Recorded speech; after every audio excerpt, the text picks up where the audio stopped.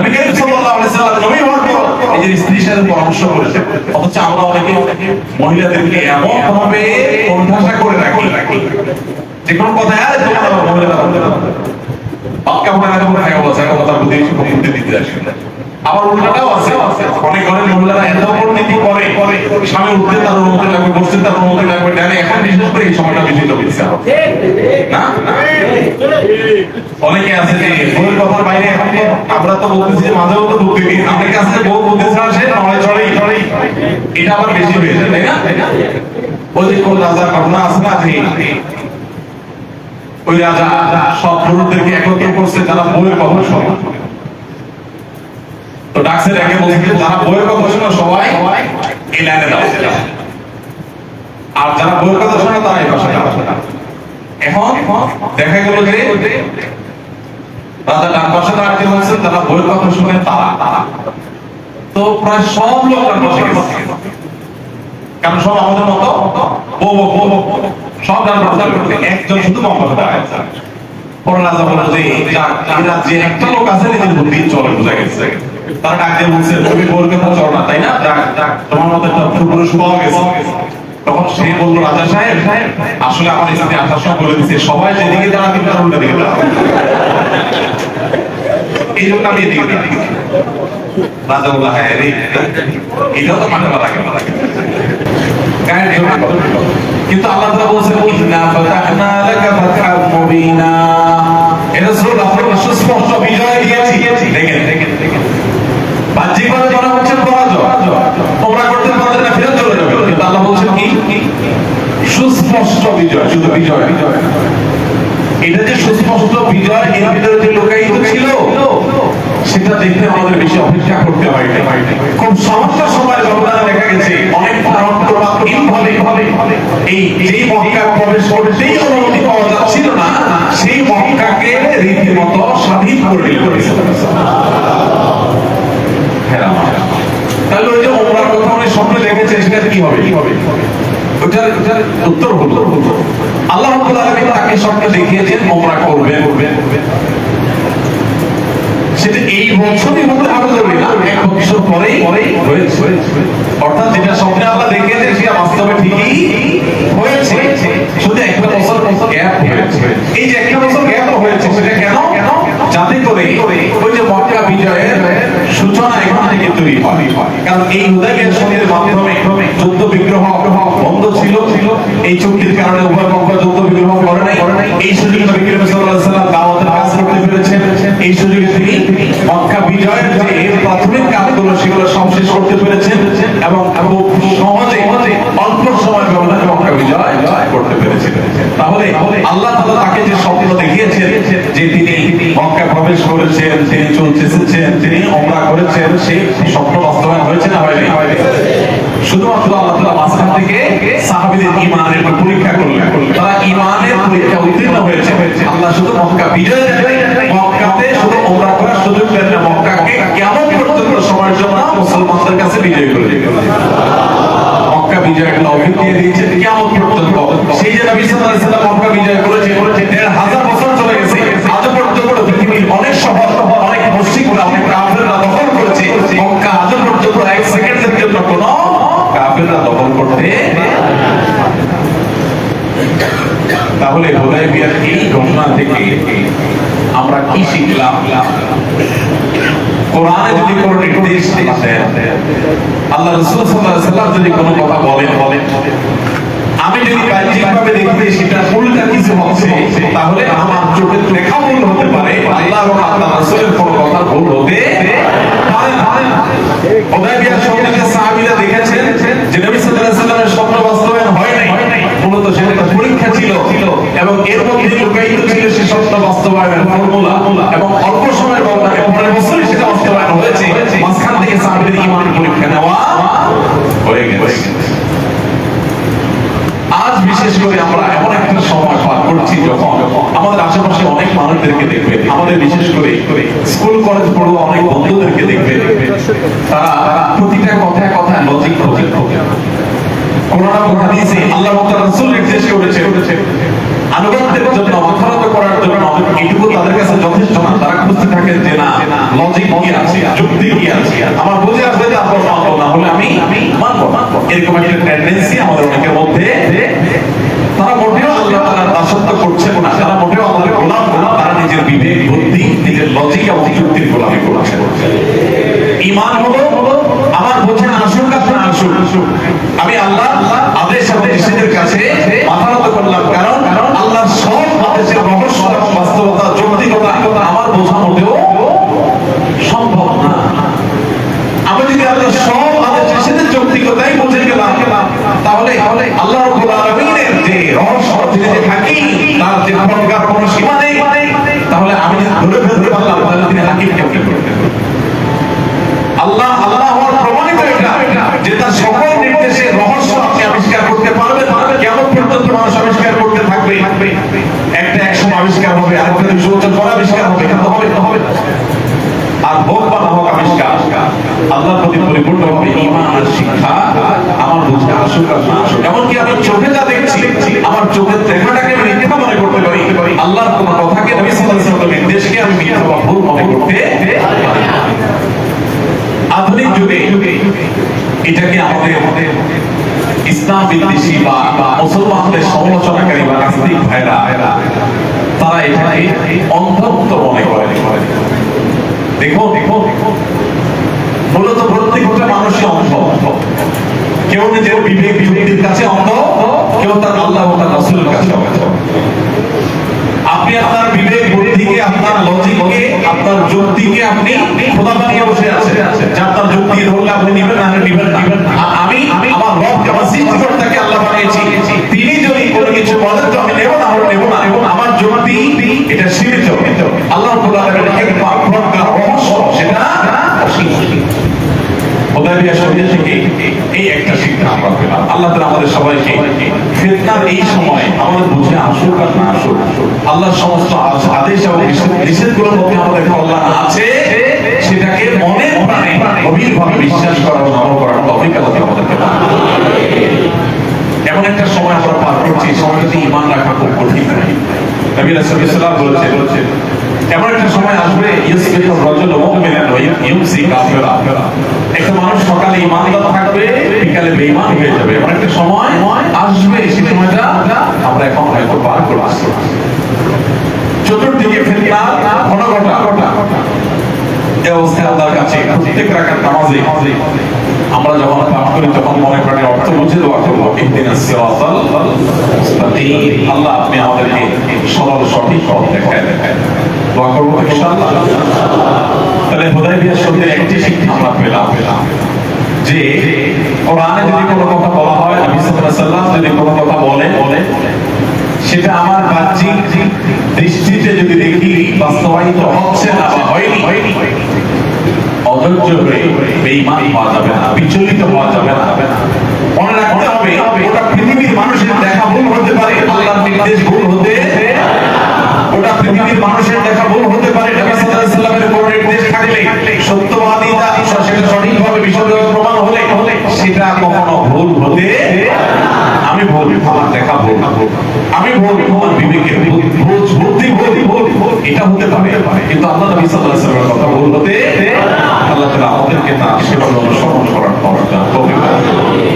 হুদায়বিয়ার সঙ্গে দ্বিতীয় যে দিকটা নিয়ে আলোচনা করতে চাই ভাইরা, সেটা হলো আপনারা জানেন যে হুদায়বিয়ার সঙ্গে যে চুক্তিগুলো হয়েছে, এই চুক্তিগুলো সব মুসলমানদের বিরুদ্ধে ছিল এবং কাফেরদের পক্ষ থেকে এগুলো চাপিয়ে দেওয়া হয়েছে। তাদের দেওয়া চুক্তিগুলো একেবারে মামুর ভাই আপনার টাইপের ছিল। কি টাইপের ছিল ভাই? মামুর ভাই আপনার টাইপের। কিরকম? ধরুন নবী করিম সাল্লাল্লাহু আলাইহি ওয়াসাল্লাম যখন তাদের সাথে পয়েন্টগুলো রেডি করে ফেলেছে, ভিতরে একটা তো হলো যেটা বললাম যে আসছে ভালো কথা, এই বছর ফেরত যাবে, এই বছর কোনো উমরা নাই, এরা কাপড় পরে আসছে ভালো কথা, ফেরত যাবে না, কাপড় পরে উমরা করতে পারবে, আগামী বছর আসবে না, তখন উমরা করবে। প্রথমটাই হলো মেজাজ খারাপ হওয়ার মতো পয়েন্ট, তাই না? দ্বিতীয়ত আরেকটা চুক্তি হলো যে মক্কা থেকে কোনো মানুষ যদি মুসলমান হয়ে আপনাদের দলে চলে যায়, মদিনায় চলে যায়, স্বেচ্ছায় সজ্ঞানে নিজে চলে যায়, তাহলে আপনারা তাকে আমাদের হাতে তুলে দিবেন।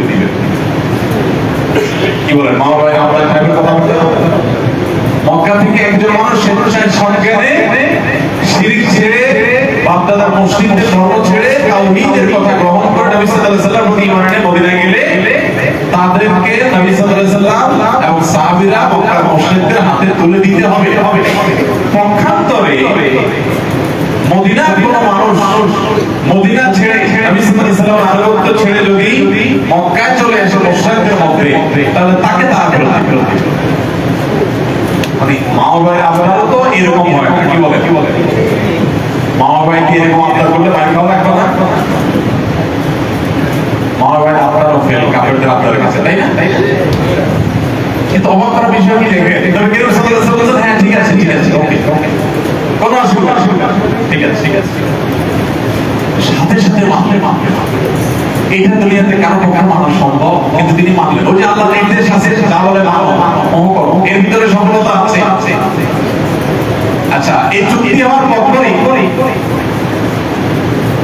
মক্কার মুশরিকদের সাথে একজন মানুষ, সাথে আসা একজন মানুষ ওই মজলিসের মধ্যে ওই অবস্থাতেই আশহাদু আল্লা ইলাহা ইল্লাল্লাহ ওয়া আশহাদু আন্না মুহাম্মাদান রাসূলুল্লাহ পড়ে উনি অপেক্ষা ছিলেন কখন নবীজিকে পাবে। তিনি সাথে সাথে নবী সাল্লাল্লাহু আলাইহি ওয়াসাল্লামের দলে এসে পাশেই সামিল ছিলেন। যে মনে করেছেন মদিনা যাব, তারপরে বলতে প্রশ্ন, অথবা তিনি জানতেন না যে এই চুক্তি হয়েছে, তিনি এসে কালিমা পড়ে রাসূলের দলে এসে যোগ দিলেন। মক্কার মুশরিকরা বলল, মুহাম্মদ মাত্র তোমার সাথে চুক্তি হয়েছে, আপনার সাথে মাত্র চুক্তি হলো, এখনই সেটা বাস্তবায়ন করতে হবে। এই যে একটা আপনার বলা গেছে, আপনার হাতে তুলে দেবেন, কি কঠিন করে দিয়েছে। তুলে দিলে কি করবে? মক্কার মুশরিকরা হাতে তুলে দিলে তাদেরকে জামায় ধরে খাওয়াবে, তখনকার আয়নাঘরে নিয়ে যেত। কি বলে সেই যুগের আয়নাঘরে নেওয়ার জন্য না আপনার করছে নবী করিম সাল্লাল্লাহু আলাইহি ওয়াসাল্লাম মনে চাচ্ছে না, কিন্তু চুক্তি হয়েছে মুসলমানদের এক কথা, কখনো কথা থেকে নড়চড় মুসলমান হতে পারে না। নবী করিম সাল্লাল্লাহু আলাইহি ওয়াসাল্লাম তাকে তুলে দিলেন। কষ্ট লাগছে, কিন্তু চুক্তি রক্ষা করতে গিয়ে, ওয়াদা রক্ষা করতে গিয়ে তুলে দিলেন। আল্লাহর ফয়সালা, ওই যে নবী সাল্লাল্লাহু আলাইহি ওয়াসাল্লাম আল্লাহর কাছ থেকে ওহীর মাধ্যমে সবকিছু জানতেন, আল্লাহ হয়তো তাকে জানিয়েছেন। তিনি এই ফয়সালা যখন দিলেন, অনেক কষ্ট হচ্ছিল, তারপরও তিনি মেনে নিলেন। খুব অল্প সময়ের ব্যবধানে আল্লাহ তাআলা এই সাহাবীকে যারা নিয়ে যাচ্ছিল ওদের উপরে প্রভাব বিস্তার করার সুযোগ দিয়েছেন। চান্স পেয়ে তিনি সবগুলোকে সাইজ করে সেখান থেকে পালায় চলে আসলেন। তাহলে আমরা কি দেখলাম? চুক্তিগুলো সব হচ্ছে নিজেদের বিরুদ্ধে, সেটাকে দেখে বাহ্যিকভাবে মন খারাপ হচ্ছে, সাহাবীদের অনেকের মন খারাপ হয়েছে, কিন্তু নবী করিম সাল্লাল্লাহু আলাইহি ওয়াসাল্লাম মোটেই বিচলিত না। কারণ মুসলমান মনে করবে হাসবিয়াল্লাহু ওয়া নি'মাল ওয়াকিল, নি'মাল মাওলা ওয়া নি'মান নাসীর। আল্লাহ আমার জন্য যথেষ্ট, আমি আমার নিজেকে নিয়ে যতটা ভাবি আমার আল্লাহ তার চাইতে উত্তমটা হবে। আমার একটা জায়গার চাকরি হলে আমি মনে করি অনেক কিছু হয়ে যেত, একটা ব্যবসায়িক দিন হলে মনে হতো অনেক লাভ হয়ে যেত, কিন্তু হয় না। তার মানে হলো আমি নিজের জন্য যেটা ভাবছি আমার আল্লাহ তার চাইতে বেটার কিছু ভাবছে। এই শিক্ষা এখান থেকে আমরা পেলাম যে আল্লাহর কোন ফয়সালা আমার বুঝে আসুক আর না আসুক, আমি সেটাকে মেনে নিলে এর ভিতরে কল্যাণ থাকবে ইনশাআল্লাহ। আজ আমাদের জীবনে যে ডিপ্রেশন, আমাদের জীবনে যে দুশ্চিন্তা, ঘরে ঘরে দেখবে মানুষ ডিপ্রেসড, প্রমোশনটা হলো না, চাকরিটা হলো না, ব্যবসাটা টিকলো না, ডিলটা হলো না, আমাদের মন খারাপ। আল্লাহি এরকম বহু বিষয় আমাদের জীবনে বারবার ঘটেছে, আমরা হয়তো আমাদের করে খেয়াল করার সুযোগ পাই নাই। আপনার জীবনে বহুবার ঘটেছে, আপনি একটা জিনিসকে ভালো মনে করেছেন এবং তার জন্য লালায়িত ছিলেন, হয় নাই, মন খারাপ করেছে, একটা সময় আপনার কাছে দিলেন আরো মতো পরিষ্কার হয়ে গেছে যা হয়েছে তাতেই আপনার কল্যাণ ছিল, এটা হইলেও আপনার সর্বনাশ হলো। এরকম ঘটনা কি জীবনে বিচার হয় না? প্রত্যেকের জীবনে, আমার জীবনে এরকম আমি বহু কিছু দেখেছি। আমাদের বিপরীতটাও দেখেছি, কোনো কিছু হলে মনে হতো যে অনেক ভালো হবে, খুশি হয়ে গেছে, কিন্তু পরে 2 বছর 5 বছর 7 বছর পরে দেখছি যে হায় হায় সর্বনাশ, কি বলবো হয়েছে না? হয় বেশি দিন আগের কথা। এদেশে সরকার পরিবর্তন হয়েছে, বিগত রেজিমের আমলে একটা পদের জন্য অনেক মানুষ লালায়িত ছিল, টাকা পয়সা কত কষ্ট, হাইরে একটু পদই পায়, কেউ পদে পায় নাই, তার মনটা অনেক খারাপ হয়ে গেছে। এত কিছু করলাম, বললাম আল্লাহ তুমি তো দিলা না, এত দান সদকা করলাম, এত হুজুরদের দিয়ে দোয়া পড়াইলাম, কিছুই হলো না, পদটা পাইলাম না, মনটা খারাপ হয়েছে। আরেকজন পদটা পাইছে, পাইয়া তো সে নারায় থাকবে, সুবহানাল্লাহ আলহামদুলিল্লাহ বিদাত দিচ্ছে, মিষ্টি খাওয়াচ্ছে সবাই, অনেক খুশি সেই পদটা পাইছে। এর মধ্যে আল্লাহ তাআলা ফয়সালা চলে আসছে, সরকার পতন হয়ে গেছে। এখন যে পদ পায় নাই এবং মন খারাপ করছিল, সে এখন কি বলে আলহামদুলিল্লাহ আল্লাহ বাঁচাইছে, যার নাম তো পাচ্ছে মালিক। আর যে পদটা শেষ করতে পাইলো এবং পাইয়া সে অনেক বেশি লাফালাফি করলো, অনেক বেশি খুশি হয়ে গেল, সে এখন বললো মাহবুব এই কি পরীক্ষা তোমার, ঠিক না বেঠিক? এটাতে আপনারা খুব জমে উঠছেন মাশাআল্লাহ।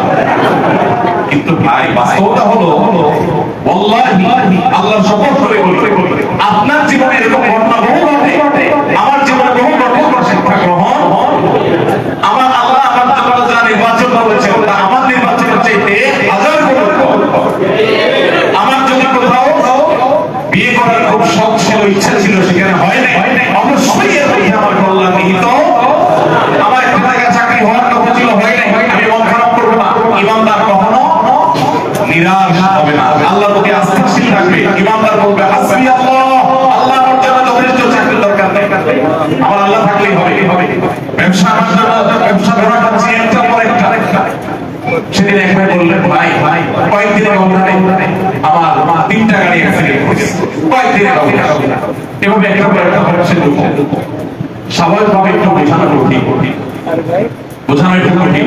ভাই একটা গাড়ি অ্যাক্সিডেন্ট হচ্ছে, কদিন পর অ্যাক্সিডেন্ট হচ্ছে, গাড়ি ব্যবসা করি যা কামাই করতেছি তার কয়েক গুণ আমার লস দিতে হচ্ছে, স্বাভাবিকভাবে মন খারাপ হবে।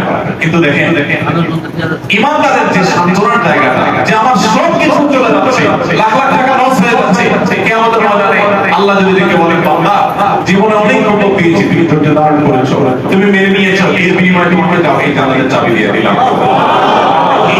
এই যে হারাইলাম, এই হারানোর বিনিময়ে যে জান্নাতটা পাইলাম, এই বিনিময়টা কি লাভের না লসের? আরে হারাইলে আমি কত হারাইতে পারবো, লাখ লাখ কোটি কোটি, গোটা দুনিয়া সব এই তো, আর পাবো যেটা সেটা তো পক্ষে এই গোটা পৃথিবীর ধরের চাইতে বেশি পক্ষে। এবং এটাতে একসময় থাকবে না, আর ওইটা অনন্তকাল থাকবে, তাহলে আমার সমস্ত হারানোর বিপরীতে যে প্রাপ্তি হবে সেটা কতটা বেশি। এই জন্য ইমানদার কখনো মন খারাপ হওয়ার সুযোগ, ইমানদার কখনো ডিপ্রেস হয়ে হতাশ হতে পারে না। এই জন্য গোটা পৃথিবীতে দেখবে যত সুখী দেশ আছে, তত ডিপ্রেশন সবচেয়ে বেশি, তত সুসাইড সবচেয়ে বেশি, তত আত্মহত্যা সবচেয়ে বেশি।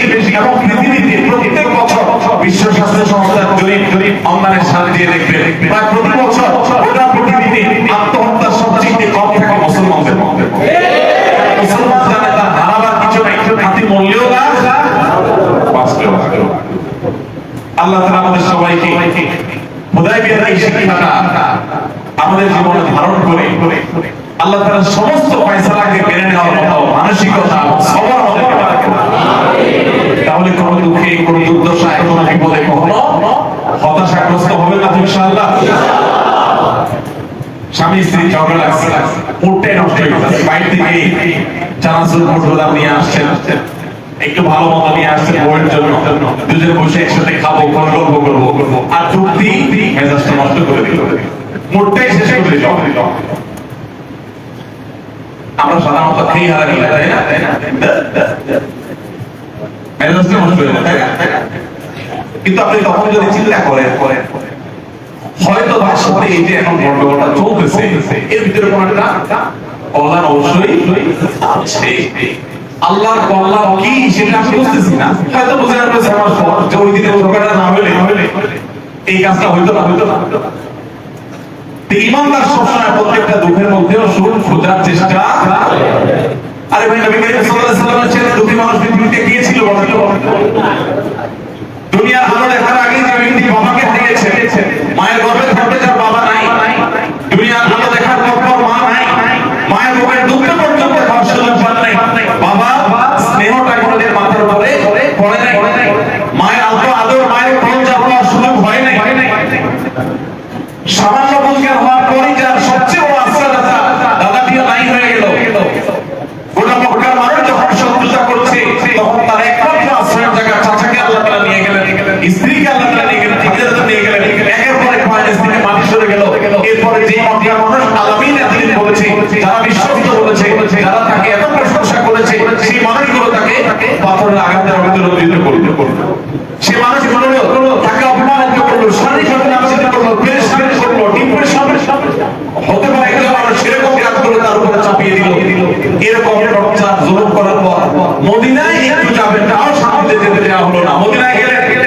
শান্তিতে থাকতে দেওয়া হলো না, একটার পর একটা যুদ্ধ চাপিয়ে দেওয়া হলো। এত দুঃখ মাথা নিয়ে যে নবী সাল্লাল্লাহু আলাইহি সাল্লাম গোটা জীবন পার করেছেন, তার জীবন তিনি সফল হয়েছেন না ব্যর্থ হয়েছেন? নবী সাল্লাল্লাহু আলাইহি সাল্লামের জীবনে সার্থক হয়েছে নাকি সার্থক হয়নি? কিরকম সার্থক হয়েছে? আল্লাহু আকবার। গোটা পৃথিবীতে মুহাম্মদ নামে যত মানুষ আছে, গোটা পৃথিবীতে অন্য আর কোন নাম নাই যে নামে এত মানুষ আছে। পৃথিবীতে মুহাম্মদ নামে যত মানুষ আছে, অন্য কোন নামে এত মানুষ পৃথিবীতে। যে লোকটাকে একটা খারাপ কথা বললে এখনো লক্ষ লক্ষ কোটি কোটি মানুষ জীবনের শেষ শব্দ বিন্দু দেওয়ার জন্য প্রস্তুত হয়ে যায়। তার নাম কি? আরেকজন মানুষ আপনি দেখাতে পারবেন। আমি একটা কথা প্রায় বলি, আজ থেকে 1500 বছর তো দূরের কথা, 500 বছর আগে অনেক জনপ্রিয় মানুষ ছিলেন, অনেক পপুলার মানুষ ছিলেন, বড় ধরনের কোনো তারকা ছিলেন বা কোনো ক্ষমতাধর রাষ্ট্রপ্রধান ছিলেন, রাজা ছিলেন, বাদশা ছিলেন। যখন ছিলেন মানুষের কাছে অনেক প্রিয় ছিলেন, মানুষ অনেক ভালোবাসলো, অনেক ভালো মানুষ ছিল, হয়তো তিনি এরকম 500 বছর আগে কোন রাজা, কোন ক্ষমতাশালী, কোন জনপ্রিয় মানুষের নাম ধরে যদি আপনাদের এই যে নিয়ম আগে এই যে নির্যাতনের মনে দাঁড়ায়, কেউ তার 14 গোষ্ঠী ধরে গালিগালাজ করে, মাইক লাগায়, কি বলে কারণ কি সেজন্য চোখের পানি আসবে? তার গাল দিচ্ছে আমার 500 বছর আগে রাজারে গাল দিচ্ছে, আমার সমস্যা। কেউ কন্ট্রোল করবে, সবাই আরো মজা নেবে, তাই না? কিন্তু 500 বছর 1000 বছর আগে দুনিয়াতে এসেছে এবং দুনিয়া থেকে চলে গেছে। 1000 বছর পার হওয়ার পর এখন পৃথিবীর আফ্রিকার কোন এক কোনায় যদি কোন একজন মানুষ তার সম্পর্কে একটা খারাপ কথা বলে, তো বাংলাদেশের এই কোণা থেকে আমাদের অন্তরে অস্থিরতা শুরু হয়, আমরা কষ্ট পাই, ঠিক আছে? আমাদের অন্তরে রক্তক্ষরণ হয়। এই যে ভালোবাসা, এই যে ভালোবাসা 1000 বছর ধরে এই ভালোবাসা মুহাম্মদ সাল্লাল্লাহু আলাইহি ওয়াসাল্লাম ছাড়া পৃথিবীতে আর কোন মানুষের জন্য মানুষের অন্তরে এইভাবে ভাইরা আমার, যে মানুষটার জীবনে বিপদ ছাড়া কিছুই ছিল না, প্রতিটা পদে পদে বিপদ ছিল, গোটা জীবন ছিল বিপদ দিয়ে সাজানো। দুনিয়াতে আসছেন বিপদ মাথায় করে, মায়ের পেট থেকে বের হয়েছেন, আবার এসে বিপদ দেখেছে, প্রতিটা কদমে কদমে বিপদ দেখেছে। বিপদ ছাড়া তার জীবনে একটা দিন অতিবাহিত করতে পারেন নাই। সেই মানুষটা যদি তার সারা জীবনে বিপদ সকল এই জীবনের বিপরীতে এই জীবন পার করার পরে ধীরে ধীরে পৃথিবীর সবচেয়ে সাকসেস মানুষ হতে পারে, ধীরে ধীরে পৃথিবীর সবচেয়ে সফল মানুষ হতে পারে, ধীরে ধীরে পৃথিবীর সবচেয়ে জনপ্রিয় মানুষ হতে পারে, ধীরে ধীরে তার মিশনকে সবচেয়ে বেশি সফল করতে পারে, ধীরে ধীরে সবচেয়ে স্মরণীয় হতে পারে, ধীরে ধীরে গোটা পৃথিবীর মানুষের কাছে সবচেয়ে ভালোবাসার পাত্র হতে পারে। তাহলে তার উম্মত হিসাবে আমার জীবনে দুঃখ দুর্দশা আসলে আমি মন খারাপ কেন করি? আমি কি বুঝাতে পারছি ভাই? তাহলে কোন বিপদে, কোন দুঃখে, কোন কষ্টে মন খারাপ করার উদ্দেশ্য না। আমাদের নিজাম ভাই ক্যান্সার হয়েছে, আল্লাহ তাআলা তাকে পরিপূর্ণ সেবা। স্বাভাবিক মানুষ হিসাবে আমরা কষ্ট পাই, আমাদের পেরেশানি হয়, আমাদের ভয় হয়, আমাদের দুশ্চিন্তা হয়, কিন্তু ঈমানদার আল্লাহ বলেছেন ওয়ালা ইয়াইনাস মিন রাউহিল্লাহি ইল্লাল কওমুল কাফিরুন। আল্লাহর রহমত থেকে কাফির ছাড়া কেউ নিরাশ হবে, ঈমানদার কখনো নিরাশ হবে না। ঈমানদার বলবে মায়ের তোমার সমস্ত মানুষ শেষ হতে পারে, সকল দর্দবদ্ধ হতে পারে, সকল বিপদ আমার পর্দার পাশে আসতে পারে, তারপরে আমার ভরসা থাকবে কারণ করেই আমার জীবনে সকল বিপদ আস্তে আস্তে যদি আমাকে শেষ করে ফেলে, আমি যদি মরেও যাই, তাহলে আমার হারাবার কিছু নাই, কারণ আমার আখিরাতে আল্লাহ তাআলা এই সবরের বিনিময়ে জান্নাত দিবেন ইনশাআল্লাহ। আল্লাহ তাআলা বলেছেন ইন্নামা ইউওয়াফাস সাবিরুনা আজরাহুম বিগাইরি হিসাব। ধৈর্য সহ্যকে আল্লাহ তাআলা হিসাব ছাড়া বিনিময় দিবেন। কিয়ামতের ময়দানে সবরকারীদেরকে আল্লাহ বলবেন হিসাব দিয়ে দিয়ে দাও, গণাগণি নাই, গুনে গুনে কয়টা বাবা দিয়ে দাও। আল্লাহর কাছে একটা মডেল পেতে চাই কিনা? একটা কাজ করতে হবে, সুবহানাল্লাহ আলহামদুলিল্লাহ বলা সোজা, কোরআন তেলাওয়াত করা সোজা, ওয়াজ করা সোজা, ওয়াজ শোনাও সোজা, কঠিন কোনটা? সবর। চান্দিটা গরম হয়ে যাবে, কিন্তু তারপরে নিজেকে ঠিক রাখতে হবে। মাথা গরম হয়ে গেল আর মধ্যে প্রকাশ করে খারাপ কথা হয়ে গেল, এটা কখনো ইমানদার করতে ধৈর্য ধারণ করবেন তো ইনশাআল্লাহ। আপনারা দোকানদার মানুষ, কাস্টমার এক কথা বেশি দুই কথা, তিলের উঠে এই মনে করো দোকানদারি করে দিয়ে গিয়ে ভুগে হয়ে গেছে, শুরু করে দিল। আল্লাহ তাআলা আমাদের সবাইকে ধৈর্য ধারণ করার তৌফিক দান করুন। ওদের সঙ্গে আরেকটা শিক্ষা আমরা পেলাম, জীবনে অনেক কিছু আমরা দেখবো হয়তো আমার বিপরীতে গেছে, আমার বিরুদ্ধে গেছে, যা ছেলাম তা হইলো না, পেটে বলে হইলো না, যা ছেলাম তা হইলো না, মন খারাপ হয়ে গেল, কিন্তু তারপরেও কখনো নিরাশ হওয়া যাবে না, ধৈর্য হারা যাবে না। আল্লাহ আমার জন্য যদি কোনো কিছু বিপদ দেয় তারপর আমার সবর করতে হবে। দেখেন ইমানদার চাইতে সুখী কোনো মানুষ পৃথিবীতে নেই। পৃথিবীতে প্রতি বছর সুখী দেশের তালিকা হয়, সুইজারল্যান্ড, অমুক দেশ, তমুক দেশ, 1 নম্বর 2 নম্বর 3 নম্বর হয়। মজার বিষয় হলো মুসলমান দেশগুলো অনেক গরিব দেশ আছে, কিন্তু তারা তাদের চেয়ে অনেক সুখী। আচ্ছা, এত দূরে যাওয়া লাগবে না, আমাদের কাছেই দেখবে অনেক গরিব মানুষ দেখবে কি সুখের চোটে রাস্তার আশপাশে শোয়া মানুষগুলো দেখবেন কি নাচরা নাচতেছে, আর আপনি বাসা অ্যাসিড চলছে, তারপরে বসে ঘুম আসতেছে।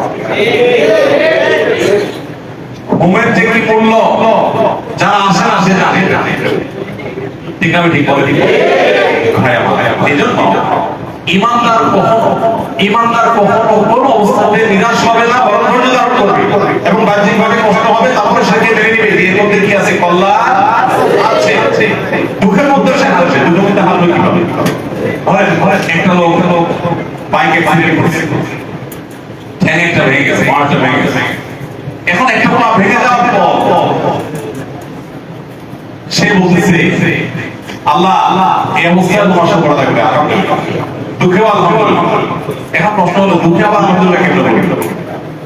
ভাঙছে পাও, ভালো কাজ তো হয় নাই, আমার সাথে সে ক্ষতি হয়েছে, কিন্তু সে বলছে আলহামদুলিল্লাহ। কেন? কারণ সে চিন্তা করছে মাথা আরেকটা আস্ত আছে, একটা ভাঙছে আরেকটা ওইটাও তো বলতে পারতো, যেহেতু ওইটা ভাঙে সেজন্য আল্লাহ তোমার কাছে শুকর। কত মানুষ এক শ্রেণী জীবনটা চলে গেছে, আল্লাহ জীবনটা তুমি আমার রাখছো। তাহলে ইমানদার শুকর আদায় করার জন্য তার বহু ইস্যু আছে। আর যে বেসবর, যে অধৈর্য, তার বেসবরের জন্য কোনো ইস্যু লাগে না। এজন্য সবসময় সবর করবো তো ইনশাআল্লাহ। সবর করলে লাভ কি জানেন?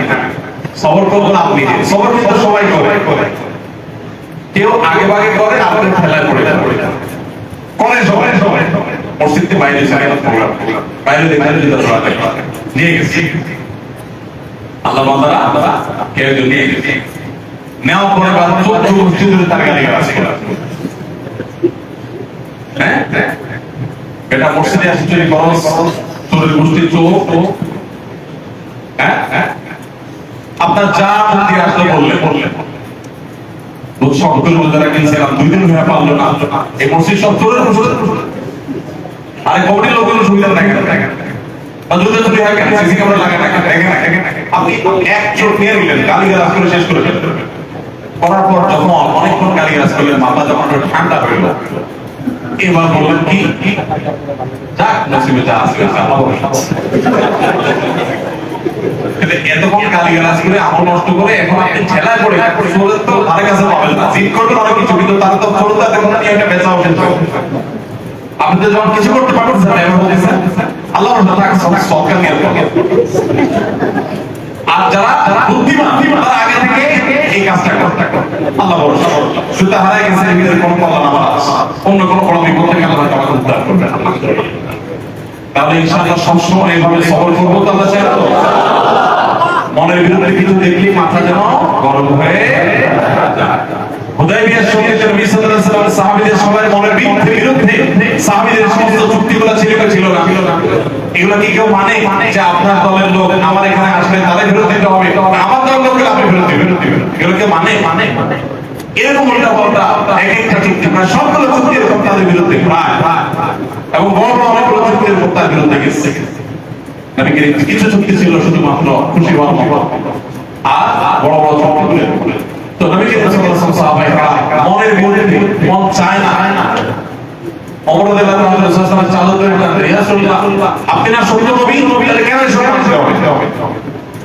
রাসূলুল্লাহ সান্ত্বনা দিলেন, সান্ত্বনা ঠান্ডা পরবর্তীতে দেখতে না দেখতে ইউহাইবের সন্ধিকে আল্লাহ বিজয় বলেছেন, ঠিক এর মাধ্যমে কি হয়েছে, মক্কা বিজয় হয়েছে। মক্কার মুশরিকরা যারা অনেক কাহিনী করছিল, না ঢুকতে পারবে না, এই লাগবে সে লাগবে, হান লাগবে তান লাগবে, এরাই এক সময় দুই হাত তুলে বলছে, মুহাম্মদ আপনি মাফ না করলে উপায় নেই।